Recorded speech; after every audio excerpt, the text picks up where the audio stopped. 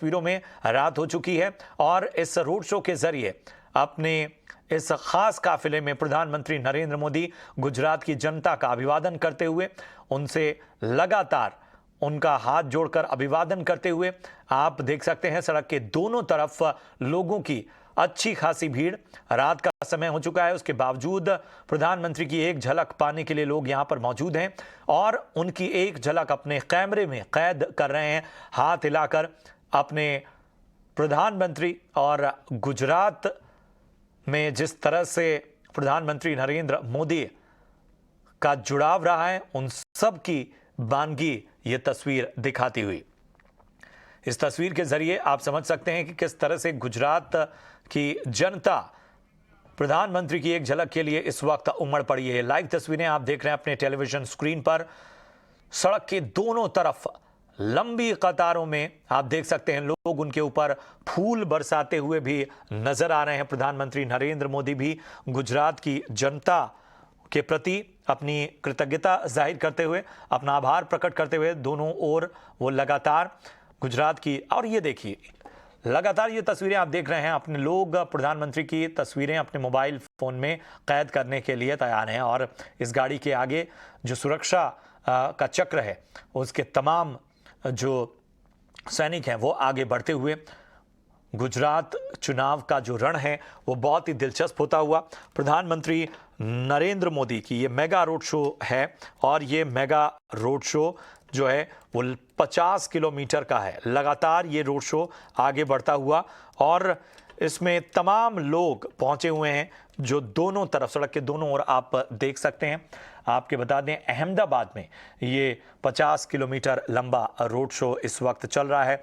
इसके अलावा दूसरे चरण के लिए प्रधानमंत्री 16 विधानसभा जो क्षेत्र हैं वहां पर प्रचार करेंगे। प्रचार के दौरान सबसे जो पहला उनका चरण है उसमें ये 50 किलोमीटर की लंबा रोड शो जो कि अहमदाबाद में इस वक्त चल रहा है। ये मेगा रोड शो नरोडा गांव से शुरू हुआ है और गांधीनगर दक्षिण निर्वाचन क्षेत्र में तक जाएगा। और इन दोनों निर्वाचन क्षेत्रों की अगर हम बात करें तो इसकी दूरी 50 किलोमीटर आती है। आपको आपकी जानकारी के लिए बता दें, ये जो रोड शो आप देख रहे हैं इस वक्त, जो कि शाम के वक्त भी लोगों का हुजूम उमड़ पड़ा है, ये रोड शो आज दोपहर 3:30 बजे शुरू हुआ और अभी भी ये काफिला बढ़ता हुआ जा रहा है। आपको बता दें कि इस पूरे रोड शो के अलावा जो प्रधानमंत्री कि इस रोड शो को प्लान किया गया उसमें 35 स्टॉप होंगे और इन 35 स्टॉप में पीएम मोदी, पंडित दीनदयाल उपाध्याय, सरदार वल्लभ भाई पटेल सहित कई हस्तियों के जो स्मारक पड़ने वाले हैं उन पर रुकेंगे। और इस रोड शो के दौरान 16 विधानसभा क्षेत्र जो हैं वो कवर किए जाएंगे। 5 दिसंबर को गुजरात चुनाव के दूसरे चरण का मतदान होना है और उससे पहले ये मेगा रोड शो 50 किलोमीटर का इस वक्त आप देख सकते हैं।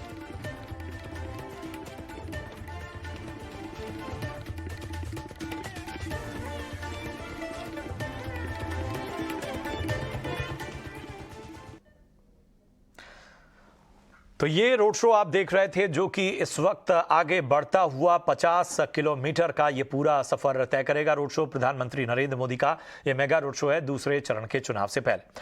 और गुजरात विधानसभा चुनाव के पहले चरण में कई दिग्गजों की किस्मत दांव पर है, तो आज वीआईपीज भी वोटिंग करने से पीछे नजर नहीं आए। आज पहले चरण के मतदान में गुजरात के पूर्व मुख्यमंत्री और बीजेपी नेता विजय रूपाणी ने राजकोट में अपना वोट डाला, जबकि मोरबी में बीजेपी उम्मीदवार कांतिलाल अमृतिया ने वोट डाला। आपको बता दें गुजरात के गृह मंत्री हर्ष सांघवी, वित्त मंत्री कनुभाई देसाई, गुजरात बीजेपी अध्यक्ष CR पाटिल और मध्य प्रदेश के राज्यपाल मंगूभाई पटेल ने भी अपना वोट डाला। पहले चरण में चुनावी मैदान में 788 कैंडिडेट हैं जो अपनी किस्मत आजमा रहे हैं।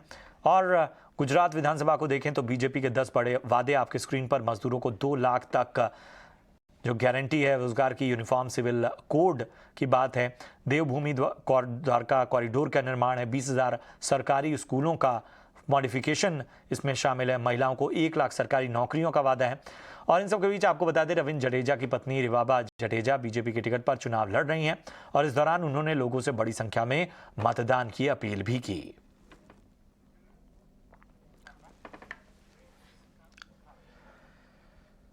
और चलिए बात करते हैं कांग्रेस अध्यक्ष मल्लिकार्जुन खड़गे की, जिनके बयान के बाद सियासी घमासान छिड़ा है। चुनाव आते ही नेताओं में आरोप प्रत्यारोप का दौर शुरू हो जाता है, लेकिन गुजरात में इस वक्त द्वंद्व चल रहा है और ये कहना गलत नहीं होगा कि ये इसकी इंटेंसिटी काफी ज्यादा है। प्रधानमंत्री नरेंद्र मोदी ने आज कलोल में रैली को संबोधित किया और कहा कि कांग्रेस के मित्र कान खोलकर सुन लें कि लोकतंत्र में आस्था और अविश्वास आपका विषय हो सकता है और आप जितना कीचड़ उछालेंगे उतना ही कमल खिलेगा। वहीं कांग्रेस अध्यक्ष के बयान पर पलटवार करते हुए कहा कि खड़गे जी वही कहेंगे जो उन्हें कहने के लिए आदेश मिला होगा, लेकिन कांग्रेस पार्टी को यह पता नहीं है कि ये राम भक्तों का गुजरात है। એટલે કોંગ્રેસના આલા કમાને આદરણીય ખડગેજીને અહીંયા મોકલ્યા। કોંગ્રેસ પાર્ટીના નવા પ્રમુખ છે એમને મોકલ્યા અને ખડગેજીને હું ઓળખું છું, એમનો ખૂબ આદર કરું છું, એમનું સન્માન કરું છું, પણ ખડગેજીને તો એ જ બોલવું પડે જે એમને ત્યાંથી ભણાઈને મોકલ્યા હોય। અને કોંગ્રેસ પાર્ટી એને ખબર નથી કે આ રામ ભક્તોનું ગુજરાત છે। હવે તમે મને કહો, રામ ભક્તોના ધરતી પર રામ ભક્તોની સામે એમના પાસે બોલાવડાવવામાં આવ્યું કે તમે મોદીને 100 માથાવાળો રાવણ કહો, બોલો। ભાઈઓ બહેનો, આપણે જાણીએ છીએ કે આ કોંગ્રેસ પાર્ટી એ રામના અસ્તિત્વને સ્વીકાર નથી કરતી। આ કોંગ્રેસ પાર્ટી અયોધ્યામાં ભગવાન રામ મંદિરને પણ, ભવ્ય રામ મંદિરમાં પણ એનો વિશ્વાસ નથી। वहीं खड़गे के बयान पर केंद्रीय गृह मंत्री अमित शाह भी जमकर भड़के। अहमदाबाद के साणंद में रोड शो करते हुए अमित शाह ने कांग्रेस पर निशाना साधते हुए कहा कि पीएम मोदी के खिलाफ जब जब कांग्रेस ने अपशब्दों का उपयोग किया है तब तब जनता ने मतदान के जरिए जवाब दिया है। गुजरात की जनता इस बार भी पीएम का अपमान नहीं सहेगी।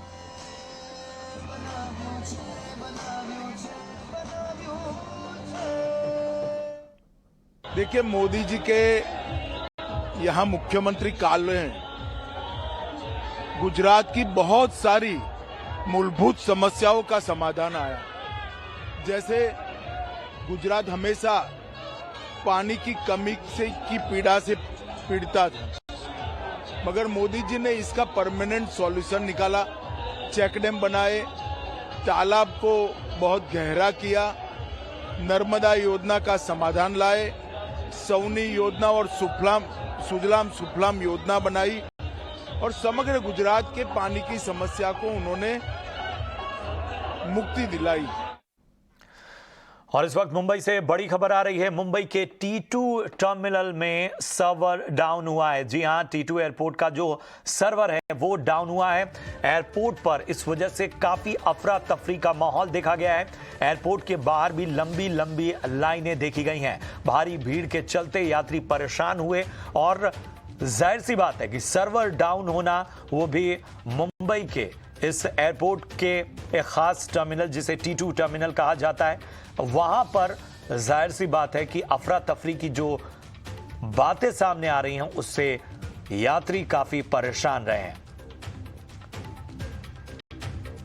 और हमारे सहयोगी अंकित इस वक्त ज्यादा जानकारी के साथ जुड़ चुके हैं। अंकित, क्या वजह सामने आई है और किस वक्त की यह घटना है और फिलहाल क्या ताजा अपडेट है?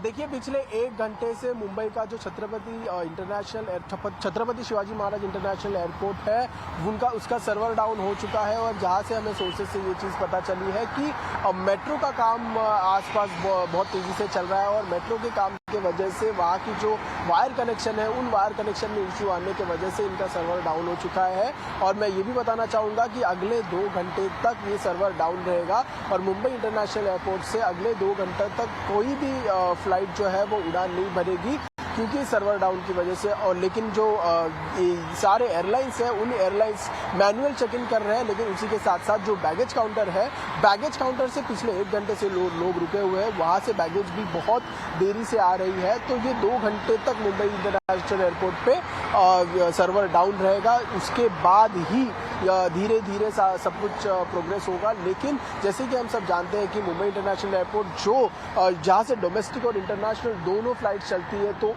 इस वजह से काफ़ी हद तक वहाँ पे कियोस्क के लोगों की काफ़ी भीड़ है, चेक इन काउंटर्स पे, बैगेज काउंटर्स के। लेकिन एयरलाइन ने ये कह दिया है कि 2 घंटे तक कोई भी फ्लाइट जो है कोई विमान उड़ान नहीं भरेगी। 2 घंटे तक सारे लोगों को वहाँ पे इंतज़ार करना ही पड़ेगा।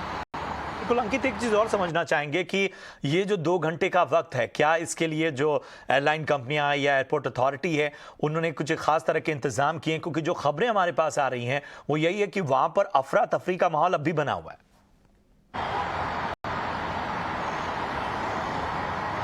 देखिए, सबसे पहली बात तो ये है कि ये जो सर्वर जो है वो डाउन हुआ है वो बहुत अचानक से हुआ है। तो जो एयरलाइंस है, सारे एयरलाइंस है, उन्होंने ये जिम्मा उठाया है कि वो जितने भी जो भी चेक इन होते हैं, बैगेज काउंटर्स है, उन्होंने पूरा स्टाफ अपना वहाँ पे लगा दिया है। एक्स्ट्रा स्टाफ भी आ चुका है जहाँ पे मैनुअली वो सारी चीज़ें कर रहे हैं। बट मैनुअली चेक इन करना बहुत आसान नहीं होता, उसके लिए समय लगता है। और उस समय की वजह से जो लाइन्स है, जो क्यू है वो ज़्यादा हो चुका है। इसीलिए एयरपोर्ट पे हम ज़्यादा तौर पे इतनी भीड़ नहीं देखते, लेकिन एयरपोर्ट के अंदर है जो बहुत ज़्यादा भीड़ हो चुकी है। लेकिन इसी के साथ साथ ये भीड़ कम से कम 2 घंटे तक रहेगी और 2 घंटे तक जो विमान है वो उड़ान नहीं भरेंगी। तो हमें देखना ये होगा कि क्या ये 2 घंटे के अंदर ये जो सर्वर डाउन का इशू है वो एयरपोर्ट पे सॉल्व होता है, जहाँ पे सारे लोग फिर आसानी से अपना ट्रैवल कर सकते हैं। ये हमें अगले 1 से 2 घंटे में मॉनिटर करके देखना है। बहुत बड़ा सवाल है, क्योंकि बहुत से लोग ऐसे होंगे जो शायद किसी इमरजेंसी में और पहले से किसी ख़ास काम के लिए उन्होंने यहाँ पर फ़्लाइट बुक की होगी। और जाहिर सी बात है कि डोमेस्टिक फ़्लाइट छोड़िए, इंटरनेशनल फ़्लाइट्स हैं, 2 घंटे बड़ा समय होता है। अब इस पर किस तरह की सफाई सामने आती है, क्या इसके पीछे की वजह है और किस तरह से इन 2 घंटों में यात्रियों को, जाहिर सी बात है जो भी इस वक्त पैनिक में होंगे या जो भी परेशान होंगे, उनको जाहिर सी बात है कि उनका ध्यान रखना और उनको बेहतर तरीके से इस माहौल में शांत रखना सबसे बड़ी जिम्मेदारी है। बहुत बहुत शुक्रिया करेंगे अंकित आपका इस अहम जानकारी के लिए। बढ़ते हैं आगे। वीकली एक्सपायरी के दिन बाजार ने एक नया रिकॉर्ड बनाया और ये लगातार चौथा कारोबारी दिन है जब बाजार ने रिकॉर्ड हाई बनाया है। निफ्टी हल्की मुनाफा वसूली के साथ 18,800 के लेवल पर बंद हुआ। सेंसेक्स और बैंक निफ्टी भी तेजी यहां पर नजर आई। बाजार को आईटी, मीडिया और मेटल शेयरों से अच्छा सपोर्ट मिला। बाजार में वैसे क्या रहा हाल, बता रहे हैं हमारे सहयोगी डिम्पी कालरा। शुक्रिया। अगर आज देखें तो मार्केट के अंदर फिर से कंसोलिडेशन का दिन था। आज सुबह गैप के साथ मार्केट ने फिर से एटीएच यानी कि ऑल टाइम हाई टेस्ट कर दिया। आज सेंसेक्स ने, बैंक निफ्टी ने, इन तीनों ने गैप के साथ ओपनिंग की है और जो डिस्टेंस था ऑल टाइम हाई का मिड कैप और स्मॉल कैप में थोड़ा और नैरो हुआ है। हालांकि ओपनिंग की बात थी, लेकिन क्लोज होते होते धीरे धीरे हमने देखा कि थोड़ी थोड़ी प्रॉफिट बुकिंग या फिर एक कहें कि कंसोलिडेशन इंडेक्स के अंदर दिखी, चर्निंग हुई कुछ कुछ सेक्टर्स के अंदर। काफ़ी दिनों से चल रहे बैंकिंग सेक्टर्स थोड़ा पीछे हटे और आईटी ने आज जगह ली है। क्योंकि आईटी इसलिए भी चला क्योंकि ग्लोबल पैरामीटर्स पे जब मिस्टर पॉवेल ने बयान दिया तो उसके बाद धीरे धीरे वहाँ पे नेस्डेक चला, तो यहाँ के आईटी कंपनीज चली। एक और सेगमेंट आज काफ़ी अच्छा चल रहा था, वो था मेटल कंपनीज। आज मेटल्स में हिंडाल्को अच्छा चला क्योंकि ग्लोबल रिसेशन की चिंताएं थोड़ी कम हुई हैं। इन्फ्लेशन को लेकर जो बात यूएस से निकल के आई उसने ग्लोबल मार्केट्स के मेटल कंपनीज को थोड़ा सा तेज किया, भारत में भी हुआ है। एडवांस डिक्लाइन के हिसाब से देखेंगे तो उतना बुरा दिन नहीं था। आज 1200 शेयर ऐसे थे जो कि बढ़कर कामकाज करते हुए दिखे। एक और पॉइंट जिसको बार बार आप नोटिस करते होंगे वो है इंडिया विक्स। इंडिया विक्स अभी भी 14 के नीचे चल रहा है। इसका मतलब यह है कि मार्केट के अंदर ज़्यादातर नेगेटिव खबरें अभी भी डिस्काउंटिंग है। बाजार को करेक्ट करने के लिए बड़ी नेगेटिव खबर की भी जरूरत है, नहीं तो इसी तरह का मोमेंटम आगे भी कंटिन्यू हो सकता है। हालांकि एनालिस्ट ही एडवाइस कर रहे हैं कि धीरे धीरे अपने प्रॉफिट को बुक करें। अब आते हैं निफ्टी के टॉप गेनर्स पे। आज टॉप गेनर्स कौन से थे? टाटा स्टील, हिंडाल्को, जैसे मैंने कहा कि ग्लोबली मेटल कंपनीज भी चली हैं तो भारत की भी 2 मेटल कंपनीज चल गई ऊपर। और बाद में जो 2 कंपनीज आप देख पा रहे हैं दोनों आईटी की हैं। टीसीएस टेक महिंद्रा के अंदर अच्छा प्ले हमको देखने को मिला। अगर आप लूजर्स की कैटेगरी में आएंगे तो ऑटो सेल्स के नंबर आना शुरू हो गए हैं, आयशर के भी नंबर्स आए, लेकिन एक कन्विंस नहीं कर पा रहे हैं। ऑल्दो वैसे भी मंथ ऑन मंथ नंबर कमज़ोरी आने थे, ये सबको पता था, लेकिन जो नंबर्स आ रहे हैं वो एक्स्ट्राऑर्डिनरी कहीं कुछ नहीं आ रहा है, इसलिए नंबर्स की पिटाई हो रही है और ज़्यादातर ऑटो कंपनीज की। आयशर मोटर आज लाल निशान में, यूपीएल के अंदर प्रॉफिट बुकिंग हुई है। बैंकिंग ने थोड़ा रास्ता खाली किया तो आईसीआईसीआई बैंक उसमें से कमज़ोर था, और सिप्ला के अंदर भी आज हमको थोड़ी कमज़ोरी बनते हुए दिखी है। आते हैं टॉप गेनर्स के अंदर, मिड कैप की कैटेगरी के अंदर, वहाँ पे अगर आप देखेंगे तो आपको एलटीटीएस दिखेगा, ये काफ़ी अच्छा शेयर आपको चलता दिखा है। शिल्पा मेडिकेयर के अंदर एक खबर थी, उस वजह से यहाँ पे भी एक काफ़ी मजबूती आई है। नेटवर्क 18 जैसे शेयर्स भी चले हैं, तो यहाँ पे कुछ एक शेयर्स थे जहाँ पर आपको स्ट्रॉन्ग मोमेंटम दिखा छोटे मझोले शेयर्स के अंदर। जैसे मैंने शुरुआत में भी कहा कि इनमें नैरो हो रहा है, ऑल टाइम हाई का भी all time high mid cap में नहीं लगा, स्मॉल कैप में भी नहीं लगा। आते हैं लूजर्स की कैटेगरी में, छोटे मझोले शेयर्स में, वहाँ पर आप देखेंगे श्रीराम ट्रांसपोर्ट फाइनेंस के अंदर कल उसकी रिकॉर्ड डेट थी मर्जर की श्रीराम ट्रांसपोर्ट यूनियन के साथ, लेकिन आज प्रॉफिट बुकिंग में तब्दील हुआ, कल शेयर 8% ऊपर था। लॉजिस्टिक शेयर्स के अंदर प्रॉफिट बुकिंग थोड़ा हुई है, ये आज महिंद्रा लॉजिस्टिक्स का एक बेस्ट एग्जांपल है। कुछ इंफ्रा कंपनीज काफ़ी दिनों से चल रही थी, हल्की फुल्की प्रॉफिट बुकिंग यहाँ पे भी हुई है। कल एनसीसी की मैनेजमेंट हमारे साथ थी, जिनसे हमने डेट वगैरह के बारे में, ऑर्डर बुक के बारे में काफ़ी कुछ पता किया था। अब आते हैं लास्ट में, साल का हाई किन शेयर्स ने बनाया है। वहाँ पे देखेंगे केआरबीएल।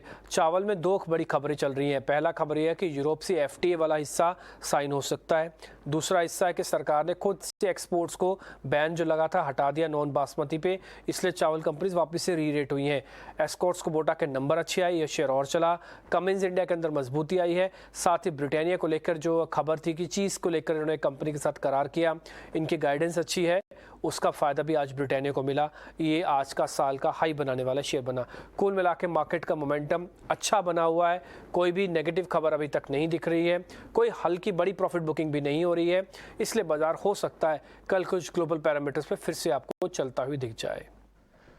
चले बढ़ते हैं आगे। सुंदरम एएमसी के एमडी सुनील सुब्रमण्यम का कहना है कि बेहतर रिटर्न के लिए निवेशकों को मिड कैप और स्मॉल कैप के साथ बैंकिंग, फाइनेंशियल, कंज्यूमर, जो डिस्क्रेंशियल और कैपिटल गुड्स शेयरों में निवेश के नए मौके तलाशने की जरूरत है। इंडिया की ग्रोथ स्टोरी एक इन्वेस्टमेंट साइकिल की स्टोरी है, एक कंज्यूमर डिस्क्रिशनरी की स्टोरी है। ये दोनों में mid and small cap stocks ही हावी है, और आने वाले 6-9 महीने में आप देखेंगे कि ये म्यूचुअल फंड की बाइंग, क्योंकि उनकी ब्रॉड बेस्ड होती है, उनकी multi cap flexi cap approach होती है। एफआईएस का ज्यादातर निफ्टी के टॉप 100 या टॉप 150 स्टॉक्स में ही उनका कोशिश, उनकी सोच रहती है। तो मेरे ख्याल में ये बहुत बढ़िया वक्त है मिड एंड स्मॉल कैप में आपको एक्सपोजर लेने के लिए, या ऑलरेडी ले चुके हैं तो जस्ट टिके रहिए। एक साल के अंदर आप देखेंगे कि the superior earnings growth of mid cap and the liquidity जो रिलीज होगी जब म्यूचुअल फंड्स अपने लार्ज कैप स्टॉक्स को, एफआईएस को बेचेंगे, वो आके आपको एक भयंकर रैली दिखाएगी मिड एंड स्मॉल कैप में। 3 बहुत उम्दा सेक्टर्स दिख रहे हैं अगले साल, 1.5 साल, 3 साल के आउटलुक में। सबसे पहले मैं कहूंगा banking and financial services.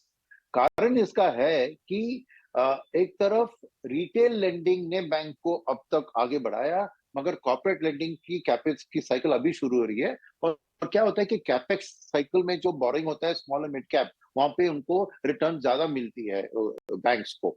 Second चीज यह है कि एनपीए साइकिल ऑल टाइम लो पे है, और कॉर्पोरेट डेट टू जीडीपी भी करीबन 60% के लेवल से 46% तक गिर चुकी है, और क्रेडिट ग्रोथ आप देख रहे हैं 15 से 17% पर एनम पे बढ़ रही है।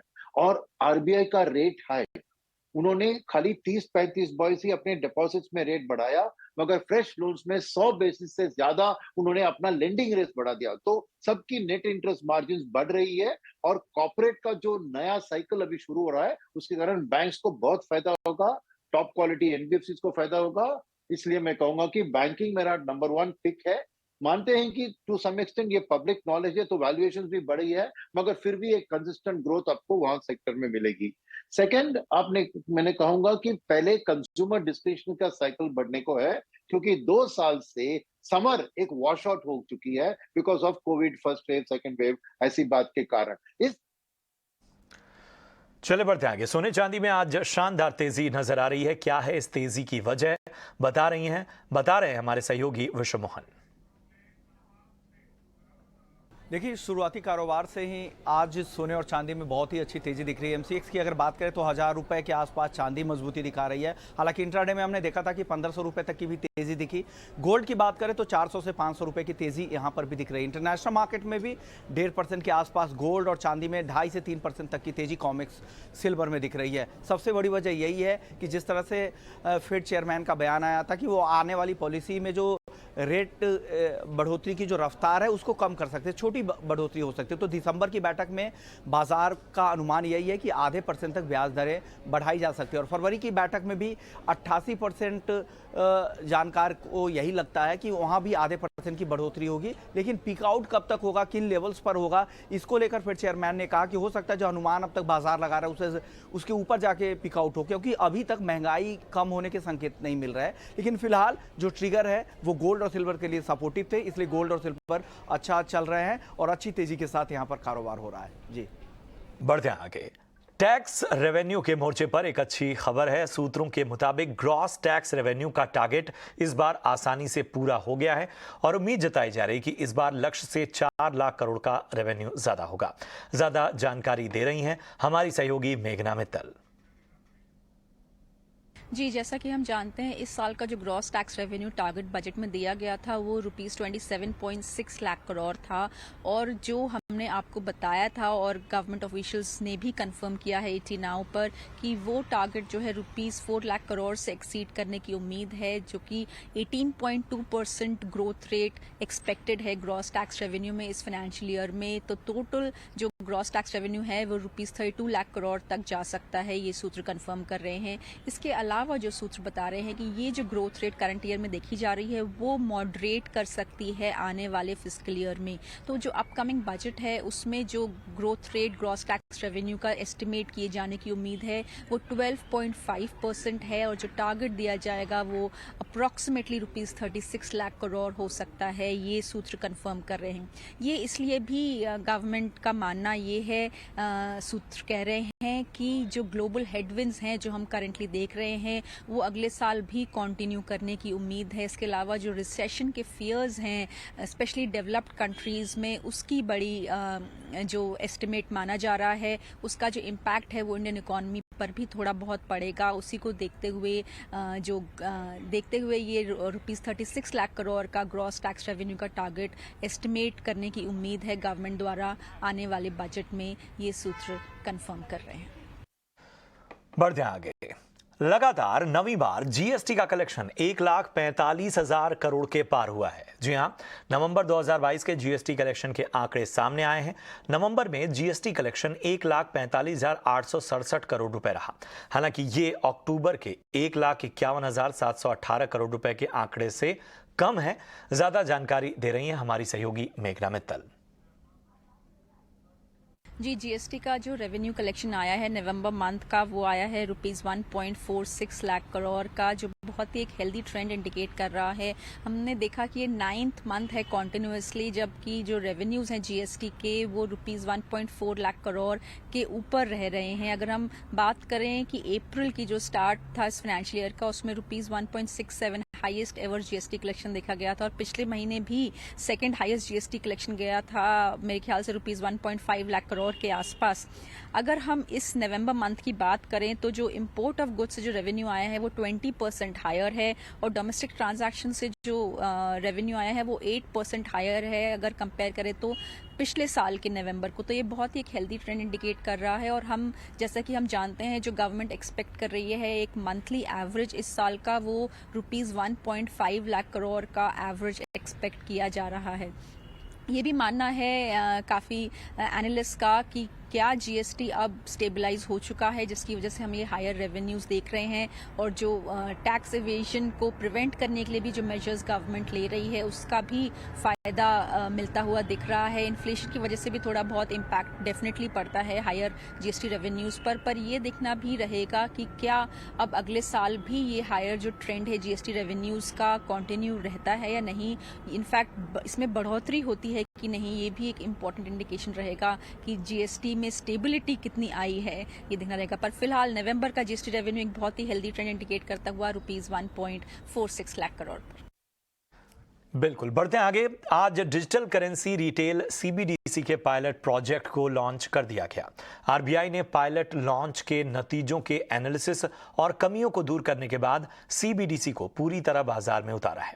हमारे सहयोगी अंकुर मिश्रा ने इस प्रोजेक्ट का जायजा लिया।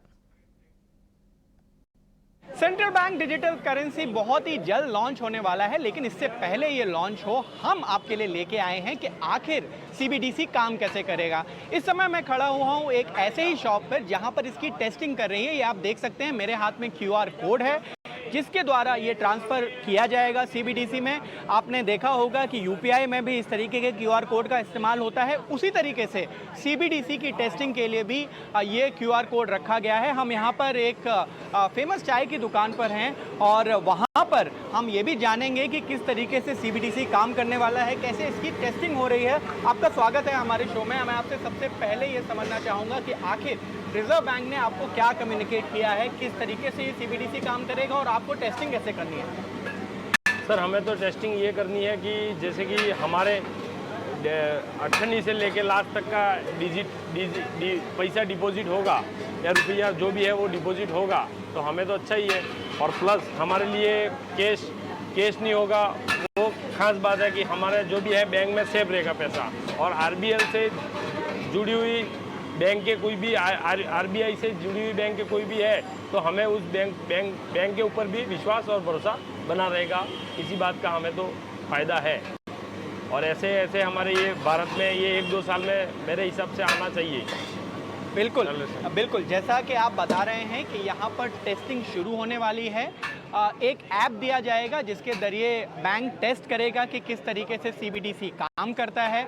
बहुत सारे ढांचे कॉन्सेप्ट नोट के मुताबिक बनाए गए हैं, लेकिन सबसे ज़रूरी है कि आप जो छोटे डिनोमिनेशन के सिक्के होते थे, यानी 50 पैसे है, 25 पैसे है या कि 75 पैसे है, जो कि ट्रांजैक्ट करने में दिक्कत है और इसी वजह से यूपीआई का चलन काफ़ी बड़ा। आपने देखा होगा छोटे से छोटे ट्रांजैक्शंस भी यूपीआई से होने लगेंगे। अब देखना ये होगा कि जब रिटेल सीबीडीसी लॉन्च हो जाता है, जिसकी टेस्टिंग अभी जारी है, तो किस तरीके से इसका इम्पैक्ट होना है। रिजर्व बैंक तो यही चाहता है कि किसी भी तरीके का कोई डिस्ट्रप्शन ना हो, बल्कि एक ऑप्शन रहे पब्लिक के लिए, वो इसको इस्तेमाल कर सके। हमें भी ये देखना होगा कि ये फाइनल स्वरूप है सीबीडीसी का वो कैसे आता है, लेकिन इतना ज़रूर है कि ये भारत का यूपीआई मोमेंट हो सकता है। जिस तरीके से यूपीआई सक्सेस हुआ है, क्या रिटेल सीबीडीसी भी उसी तरीके से सक्सेसफुल होने वाला है, ये देखने वाली बात होगी। और इधर केंद्र सरकार के फाइनेंशियल सर्विसेज विभाग ने इंश्योरेंस कंपनीज के लिए कंपोजिट लाइसेंस का प्रस्ताव दिया है। अगर यह प्रस्ताव मंजूर हुआ तो एलआईसी जनरल और हेल्थ इंश्योरेंस के लिए अर्जी दे सकती है। पूरी खबर पर ज्यादा जानकारी दे रहे हैं हमारे सहयोगी अनुराग शाह।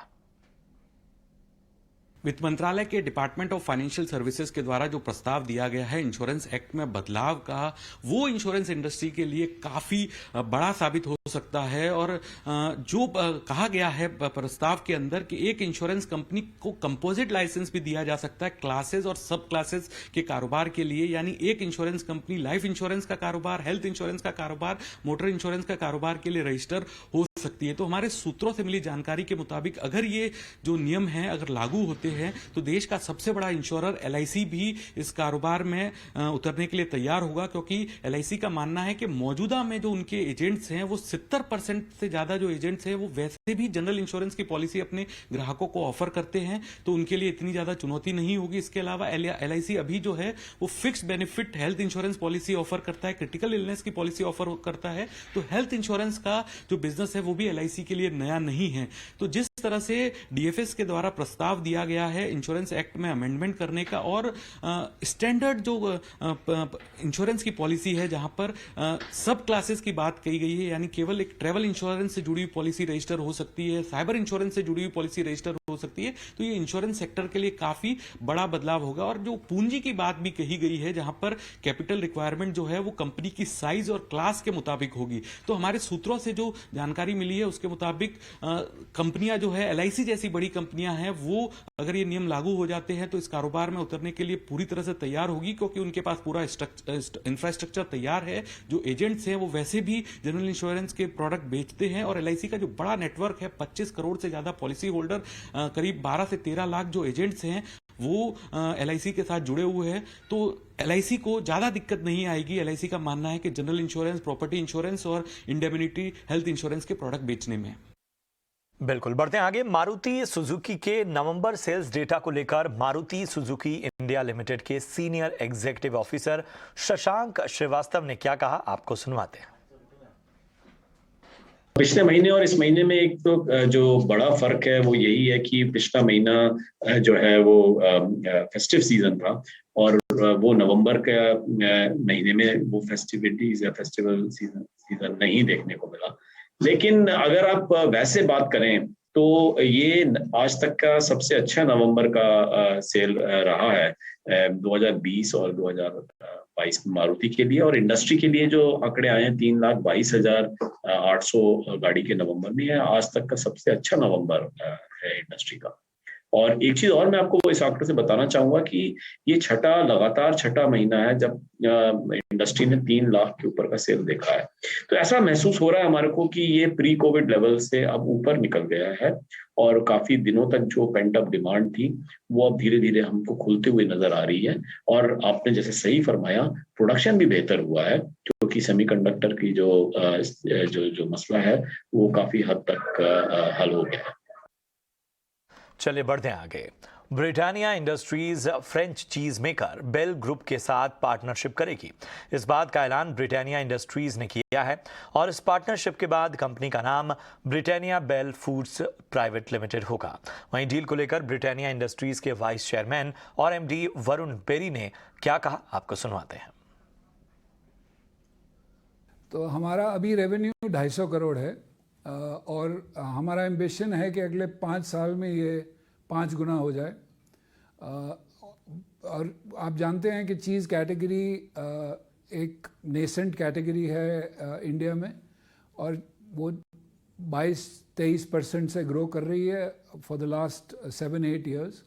सो होपफुली ये कैटेगरी एक बहुत बड़ी कैटेगरी बनेगी और हम इसमें एक मीनिंगफुल प्लेयर बन पाएंगे चीज़ कैटेगरी में। सो वो है हमारा एम्बिशन। इधर one nation one grid one tariff के फॉर्मूले को आगे बढ़ाते हुए तय किया गया है कि गैस पाइपलाइन कंपनियों के सभी पाइपलाइन का एक ही टैरिफ होगा। देश भर में 1 अप्रैल 2023 से यूनिफाइड गैस टैरिफ मॉडल लागू होगा। वहीं इस मुद्दे पर हमारे संवाददाता प्रकाश प्रियदर्शी ने PNGRB मेंबर AK तिवारी से खास बातचीत की। PNGRB ने नेचुरल गैस टैरिफ ऑथराइजेशन के जो मौजूदा नियम हैं उसमें अमेंडमेंट्स किए हैं। ऑब्जेक्टिव ये है कि वन नेशन वन ग्रिड और वन टैरिफ का जो टारगेट है उसको हासिल किया जाए। इस अमेंडमेंट से क्या फ़ायदे होंगे, मार्केट में इसका क्या असर होगा, कंज्यूमर्स को इसका कितना बेनिफिट होने जा रहा है और ये क्यों किया गया, इस पर बात करने के लिए हमारे साथ AK तिवारी हैं, मेंबर PNGRB। ET नाउ स्वदेश पर आपका स्वागत है सर। Thank you. ये जो अमेंडमेंट्स किए गए हैं उसके पीछे का क्या मकसद है और प्राइमरीली ये किस किस सेक्टर को और किस तरीके से बेनिफिट करने जा रहा है? ये लॉन्ग अवेटेड अमेंडमेंट था, टैरिफ से रिलेटेड, कैपेसिटी से रिलेटेड, ऑथराइजेशन से रिलेटेड और जो एक डिमांड थी यूनिफाइड टैरिफ करने के लिए ये अमेंडमेंट है। ये अमेंडमेंट जो है बहुत सी डिसइंसेंटिव जो है उसको रिमूव करने के लिए था। जो पाइपलाइन ऑपरेटर्स हैं उनको हमने काफ़ी इंसेंटिव दिया और जो उनकी पुरानी डिमांड थी उसको हमने मद्देनजर रख के इस अमेंडमेंट को किया है, जिसमें हमने सबसे पहले one entity one capacity and one tariff का एक कंसेप्ट लाया, जिसमें कि इंटीग्रेशन ऑफ जो पाइपलाइन ऑपरेटर्स हैं उनकी सारी जो पाइपलाइंस हैं उसको एक कर दिया जाए और जिससे उनकी एक टैरिफ बने। इससे फायदा होगा कि पाइपलाइन ऑपरेटर्स जो है अपनी जो बार बार डिफरेंट पाइपलाइन से उसकी टैरिफ करते थे वो जरूरत नहीं रहेगी। दूसरी बात है कि इंटीग्रेशन ऑफ टैरिफ करने से ये यूनिफाइड टैरिफ का बिल्डिंग ब्लॉक है, आगे हम यूनिफाइड टैरिफ कर पाएंगे। और बहुत सी डिसइंसेंटिव थे, जैसे ट्रांसमिशन लॉस नहीं दिया जाता था और आप समझिए कि जब कोई पाइपलाइन एक्सपेंड करता था तो उसका टैरिफ कम कर दिया जाता था पहले रेगुलेशन, इसको हमने हटा दिया। टैक्स से रिलेटेड हमने काफ़ी इंसेंटिव दे दिया, जिसमें टैक्स रिड्यूस होने की वजह से पाइपलाइन ऑपरेटर्स को लग रहा था कोविड की वजह से, तो हमने उसको भी पर्सपेक्टिव बेसिस पे दे दिया। तो इस तरह से हमने बहुत सारे छूट दे दिए जिससे कि पाइपलाइन ऑपरेटर्स इसको कर पाए। देखिए, मौजूदा आज की डेट में 40 से 50% ही कैपेसिटी यूटिलाइज हो रही है पाइपलाइन की, और पाइपलाइन जो बिछाना है वो आज का टारगेट 35,000 किलोमीटर है, जो कि आज की डेट में 21 से 22,000 किलोमीटर ही है। और इन्हीं पाइपलाइन पे डिपेंड है कि आप सीजीडी का जो इंफ्रास्ट्रक्चर ऑल ओवर कंट्री हमने दिया हुआ है, जिसमें 300 जीएस लगभग हमने दे दिए हैं, वहाँ गैस कैसे पहुँचेगी। तो यदि हम पाइपलाइन ऑपरेटर्स को इंसेंटिवाइज नहीं करेंगे तो पाइपलाइन बिछेगी नहीं। एक और बात मैं बताना चाहूँगा कि हमने सिर्फ पाइपलाइन ऑपरेटर का ख्याल नहीं रखा है, हमने कस्टमर का भी ख्याल रखा है, जिसमें हमने 2 जोन से 3 जोन कर दिया। इसमें मैं आप इस पर आए उसके पहले मैं ये पूछना चाहूँगा कि इस टैरिफ में क्या लोकल टैक्सेस जो होंगे वो तो अलग अलग होंगे जिस स्टेट में जाएगा, अगर क्योंकि जब नेचुरल गैस जीएसटी के दायरे में नहीं है तो जो लोकल टैक्सेस होंगे वो तो वेरी करेंगे। हाँ, वो वेरी करेंगे, क्योंकि हमें यदि हम यूनिफाइड टैरिफ जो अभी हमने 1/4/2023 से इसको इफेक्टिव करने जा रहे हैं, जिसके लिए हमने इंडस्ट्री कमेटी की आ गई है, सारे मेंबर्स का नाम आ गया है, हम पहली मीटिंग शायद 12 तारीख को करेंगे, ऐसा हम प्लान कर रहे हैं। तो हम जब इंडस्ट्री कमेटी की मीटिंग करेंगे तो किस तरह से सेटलमेंट होगा, टैक्स इश्यूज़ कैसे सेटल होंगे, और बहुत सी कॉन्ट्रेक्चुअल इश्यूज़ हैं जिसको बात की जाएगी, और यूनिफाइड टैरिफ को हम इम्प्लीमेंट करेंगे। एक बात मैं आपको बताना चाहता हूँ कि यूनिफाइड टैरिफ के इम्प्लीमेंटेशन करने से फ़ायदा क्या होगा। देखिए, यूनिफाइड टैरिफ एक ऐसा लेवलाइज टैरिफ होगा जो हमारे मिशन को कि 1 nation 1 grid 1 levelise tariff and then socialise tariff. और सोशलाइज टैरिफ का मतलब हो गया यदि हमने 2 से 3 जोन कर दिए हैं, जो पास के कस्टमर हैं उनको ज़्यादा फर्क नहीं पड़ेगा टैरिफ में, लेकिन दूर के कस्टमर को एडिटिव टैरिफ से कम देना पड़ेगा। कितना कम होगा? देखिए, ये तो कैलकुलेशन हम नहीं बता सकते, बट एडिटिव टैरिफ से समझ लीजिए आज की डेट में यदि 100 रुपये 200 रुपये है तो समझ लीजिए 70-80 रुपये होगा। ये मैं एक ऐसे ही फिगर बता रहा हूँ, बट 1/3 रहेगा, ये मान लीजिए। चलिए बढ़ते हैं आगे। केंद्र सरकार ने एनएमडीसी से बंद हो चुकी पीएसयू भारत गोल्ड माइंस से अनप्रोसेस्ड अयस्क खरीदने को कहा है। भारत गोल्ड माइंस का कामकाज मार्च 2001 में बंद हो चुका है। इस खबर पर ज्यादा डिटेल के साथ बता रहे हैं, पूरी जानकारी दे रहे हैं प्रकाश प्रियदर्शी।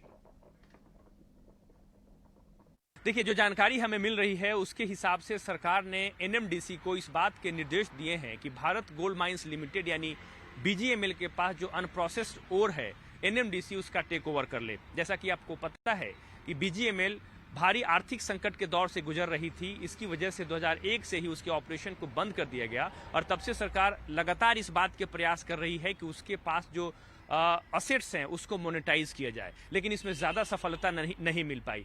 अब माइंस मंत्रालय ने इसकी तैयारी एक बार फिर से शुरू कर दी है, और उसी दिशा में एनएमडीसी को इस बात के निर्देश दिए गए हैं कि जहां पर बीजीएमएल के जो लीजेज हैं वो एक्सपायर हो गए हैं, वहां पर जो अनप्रोसेस्ड ओर है उसका टेक ओवर एनएमडीसी कर ले। साथ ही साथ ये भी कहा गया है कि अगर राज्य सरकारों ने जो माइंस लीज है ऑक्शन के जरिए एनएमडीसी को अलॉट कर दिया है, उसे भी टेक ओवर करने की तैयारी एनएमडीसी जल्द शुरू करे। साथ ही साथ बीजीएमएल को इस बात के भी निर्देश दिए हैं माइंस मंत्रालय ने कि जो दूसरे असेट्स हैं उसको कैसे जल्दी से जल्दी मोनेटाइज किया जाए, उसकी तैयारी शुरू करे, और इसके लिए जितने दूसरे विकल्प हो सकते हैं, जितने विकल्प संभव हो सकते हैं उसको अपनाया जाए। इसके अलावा बीजीएमएल को इस बात के भी निर्देश दिए गए हैं कि आंध्र प्रदेश में जो उसके असेट्स हैं उसको मोनेटाइज करने के लिए एमएसटीसी का जो रूट है उसको भी अपनाया जा सकता है।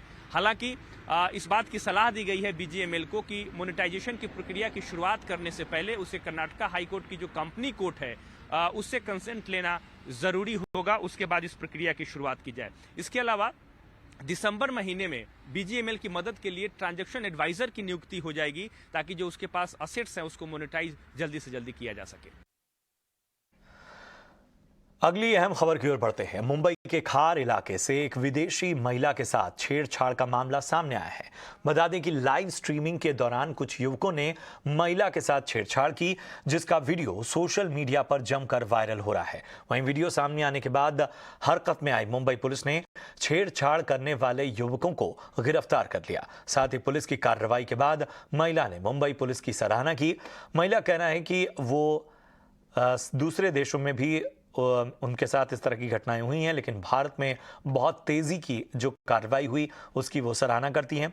वो नहीं चाहती हैं कि ये घटना उनकी यात्रा और इंडिया को इनक्रेडिबल दिखाने के उनके जुनून को बर्बाद कर सके। सर, एक कोरियन लड़की को मोलेस्ट किया गया है, क्या कहना चाहेंगे इसके बारे में आप? हर बार ये समस्या होती है महाराष्ट्र में। मैं बताता हूँ, मैं जानकारी लेता हूँ। अगर ऐसा हुआ है तो बुरा है, उसकी पूरी तरह कार्रवाई की जाएगी। I want to be actually content creator. That's why this India. At that night, I was also filming and live streaming, and I was on the way back to my hotel. It was around 11:50 p.m.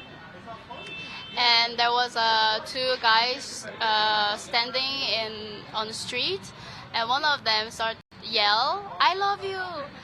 And when you're making the content, people want to engage or are showing the interest. So I said, "Oh yeah, I love you back," but I was still walking towards my hotel, and he started to approach and put his one arm to my shoulder and tried to kiss me. चलिए यहां रुकेंगे एक छोटे से break के लिए, फौरन हाजिर होते हैं।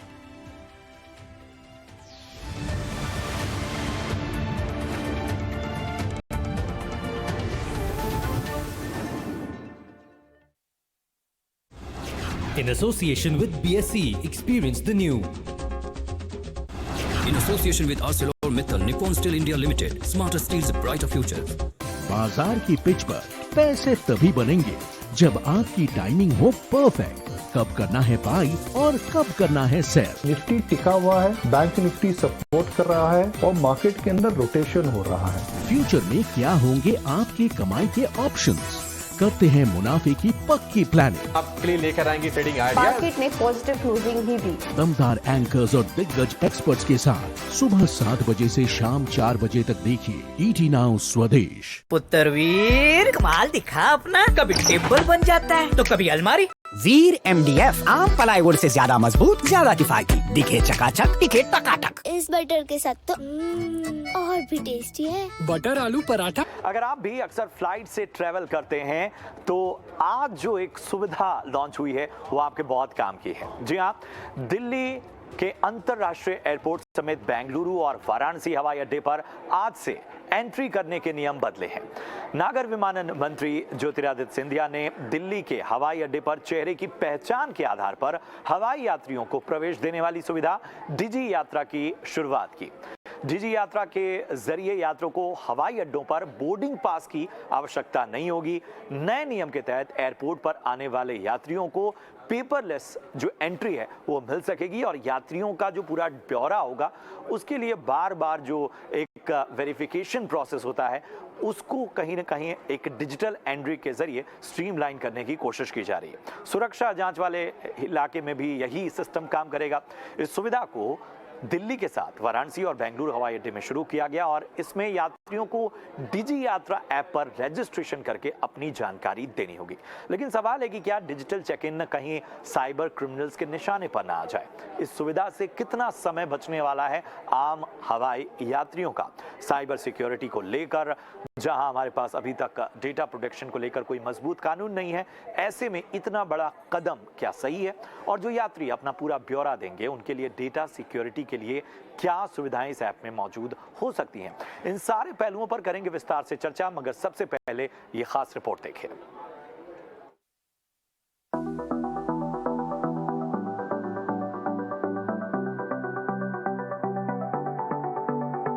हवाई सफर करने वालों के लिए सफर का तरीका बदलने वाला है। नागरिक उड्डयन मंत्रालय ने आज यानी 1 दिसंबर से डिजी यात्रा ऐप की ऑफिशियली शुरुआत कर दी है। नागरिक उड्डयन मंत्री ज्योतिरादित्य सिंधिया ने इस ऐप को लॉन्च किया। इस सुविधा के पहले फेज में दिल्ली, बेंगलुरु और वाराणसी से इसकी शुरुआत हो रही है।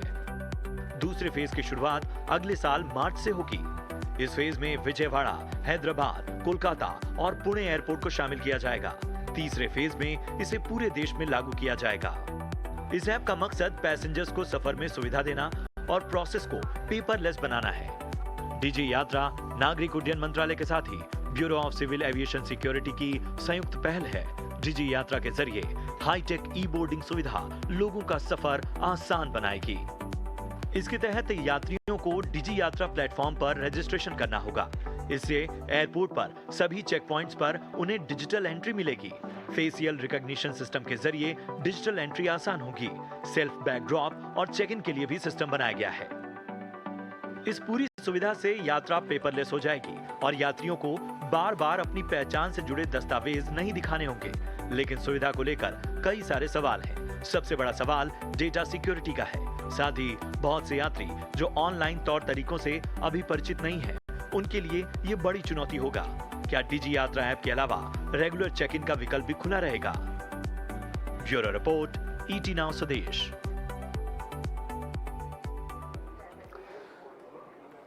तो हवाई सफर वालों के लिए अब हाईटेक होने का वक्त आ गया है और इस पर हम खास चर्चा करेंगे, जिसके लिए हमारे साथ दो खास मेहमान इस शो में जुड़ रहे हैं। हमारे साथ जितेंद्र भार्गव साहब हैं, जो कि फॉर्मर ED हैं एयर इंडिया के। बहुत बहुत स्वागत जितेंद्र सर आपका। और इसके साथ ही पवन दुग्गल साहब भी हमारे साथ जुड़ेंगे और उनके साथ भी हम जो साइबर सिक्योरिटी वाला मसला है उस पर चर्चा करेंगे। जितेंद्र सर, मैं आपके पास आऊँगा, इस चर्चा को आगे बढ़ाऊँगा। ज़रा कुछ और पहलुओं की ओर हम चलते हैं। हवाई सफ़र करने वालों के लिए जैसा हमने बताया, हाईटेक होने का वक्त तो आ गया है, लेकिन क्या है डीजी यात्रा ऐप की खासियत और कैसे होगा इसका इस्तेमाल? ज़्यादा जानकारी दे रहे हैं हमारे सहयोगी समीर दीक्षित। भारतीय एविएशन सेक्टर में एक नए अध्याय की शुरुआत होने जा रही है। नाम है डीजी यात्रा। सरकार की डिजिटल मुहिम का एक हिस्सा बनी है एविएशन मंत्रालय और उसी के तहत डीजी यात्रा की शुरुआत की जा रही है। 1 दिसंबर 2022 से 3 एयरपोर्ट में, नई दिल्ली एयरपोर्ट, बेंगलुरु एयरपोर्ट और साथ ही साथ वाराणसी एयरपोर्ट, और हम नई दिल्ली एयरपोर्ट में मौजूद हैं। यहाँ पर आप देखें तो बड़े उत्साह के साथ डीजी यात्रा ऐप की शुरुआत जो हो रही है, वो जो सेवा की शुरुआत हो रही है, उसके लिए पूरे दिल्ली एयरपोर्ट को इस तरीके से सजाया गया है। लेकिन डीजी यात्रा ऐप के जरिए आप किस तरीके से बिना किसी पेपर वर्क के और आसानी से अपनी यात्रा को पूरा कर पाएंगे, इसके लिए बाकायदा तैयारियां भी की गई हैं। मेरे दाईं तरफ या फिर मेरे बाईं तरफ अगर आप देखें तो इस तरीके से ये हेल्प डेस्क बनाए गए हैं ताकि जो हवाई मुसाफिर हैं उनको ये सरल भाषा में समझाया जा सके कि डीजी यात्रा क्या है और वो इस प्रक्रिया को कैसे उसका पालन कर सकते हैं। मसलन मैं आपको अगर समझाऊं तो डीजी यात्रा एक दरअसल ऐप है जिसको आप iOS या एंड्रॉयड के प्लेटफॉर्म से आप उसको डाउनलोड कर सकते हैं और फिर उसमें आप अपनी ज़रूरी जानकारी मसलन आधार कार्ड और सेल्फ क्लिक्ड फोटो के जरिए उसका रजिस्ट्रेशन पूरा करें और फिर आप उसको इस्तेमाल कर सकते हैं अपने अगले हवाई यात्रा के लिए। और उसको समझाने के लिए यहाँ पर आप देखें तो जो वॉलंटियर्स हैं दिल्ली एयरपोर्ट के, वो यहाँ पर मौजूद हैं और वो ये कोशिश कर रहे हैं कि जो मुसाफिर डीजी यात्रा ऐप को अपनाना चाहते हैं वो पूरी प्रक्रिया क्या होगी, कैसे उसको पालन कर सकते हैं, उसके लिए वो यहाँ पर मौजूद हैं। आपको बता दें कि डीजी यात्रा ऐप में आपको अपने आधार कार्ड, अपने सेल्फ क्लिक्ड फोटो के साथ में रजिस्ट्रेशन करना होता है। एक बार आपके रजिस्ट्रेशन पूरा हो जाता है उसके बाद आप जो है अपनी हवाई टिकट उसमें अपलोड कर सकते हैं, चाहे वो PDF फॉर्म में हो या फिर QR कोड के रूप में मौजूद हो। तो ये उसके लिए यहाँ पर ये पूरी तैयारियाँ की गई हैं। अब आपको बताते हैं कि जब आप डिजिटल ऐप जो डीजी यात्रा ऐप है उसमें आपके क्रेडेंशियल्स अगर पूरे हो जाते हैं तब आप कैसे अपनी यात्रा पूरी कर पाएंगे। तो दिल्ली एयरपोर्ट में जब आप पहुँचेंगे तो इस तरीके से आप देखें तो वो जो डिजिटल बोर्डिंग गेट बनाया गया है वहाँ पर सबसे पहले आपको अपना बोर्डिंग पास स्कैन करना होगा। बोर्डिंग पास स्कैन करने के साथ ही आप देखें तो एक और जो यहाँ पर यंत्र लगा है, मशीन लगा है, या आप उसको वेरिफिकेशन के लिए कह सकते हैं, तो उसके जरिए आप अपनी यात्रा को पूरा कर पाएंगे। मैं आपको फटाफट बता देता हूँ कि ये डीजी यात्रा ऐप को आप कैसे पूरा कर पाएंगे। मसलन मेरे पास अगर टिकट है तो मैं आपको दिखाता हूँ कि ये डिजिटल जो गेट यहाँ पर है, आप यहाँ पर आने के बाद में जो आपका बोर्डिंग पास है उसको आप यहाँ स्कैन कीजिए और जो आपने डीजी यात्रा ऐप में अपनी आधार कार्ड, फोटो और अपनी आइडेंटिटी को वेरीफाई किया है वो यहाँ फेस रिकग्निशन, आपका चेहरा ही आपकी पहचान पत्र होगा, उससे वो पहचान पत्र प्रक्रिया पूरी हो जाएगी और ये दरवाज़ा खुल जाएगा, जिसके बाद जो यहाँ पर सुरक्षा अधिकारी हैं वो ये समझ जाएंगे कि आप एक जेन्युइन पैसेंजर हैं और आपको एयरपोर्ट में दाखिल होने दिया जाएगा। तो ये प्रक्रिया पूरी तरीके से पेपर वर्क इसमें कहीं भी शामिल नहीं है, डिजिटल प्रक्रिया है। हालांकि शुरुआत में कुछ दिक्कतें ज़रूर आएंगी आपको, रजिस्ट्रेशन में हो सकती है, जो सेल्फ फोटो जो आप सेल्फी क्लिक करके अपलोड कर रहे हैं उसमें हो सकता है कुछ दिक्कतें आएँ, लेकिन लंबे समय में माना जा रहा है कि जब सब कुछ ठीक होगा तो ये डिजिटल यात्रा जो है या डिजी ऐप जो है वो पूरे एविएशन सेक्टर में और खासकर आपके हवाई यात्रा करने के अनुभव को काफ़ी सरल और बेहतर बनाएगा।